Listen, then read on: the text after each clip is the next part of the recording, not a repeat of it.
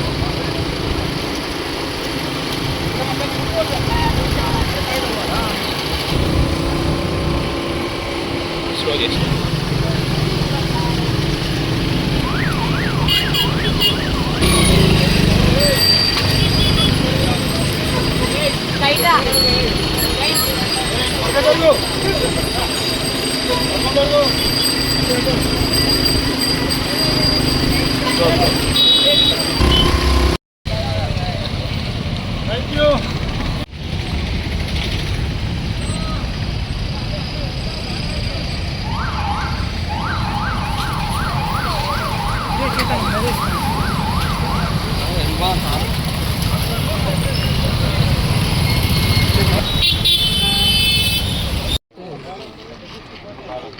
కొంచెం ముందు రండి సార్. ఇంకా చెప్పు.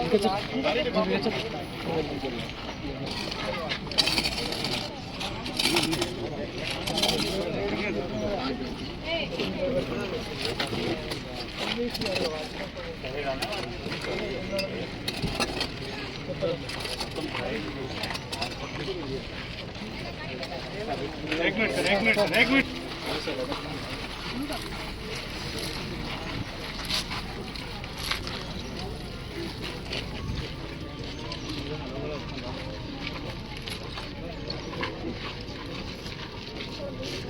अंदर पिల్లలు ఒక్కొక్క చెట్టు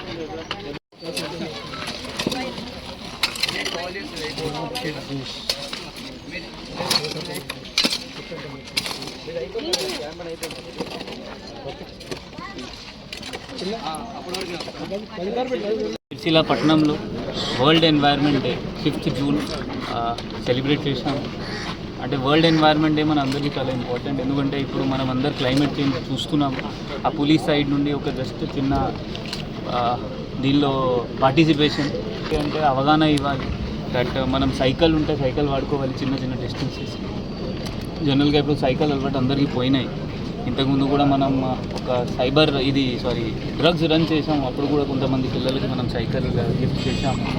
సో మన నుండి సైకిల్ ప్రమోషన్ మనం స్టార్ట్ చేస్తాము. చిన్న పిల్లలకి ఉండొచ్చు, బయట జనాలకి ఉండొచ్చు. సో సైకిల్ వాడితే కొంచెం ట్రాన్స్పోర్ట్ ఫ్యూల్ కన్సంప్షన్ కొంచెం తగ్గిపోతుంది.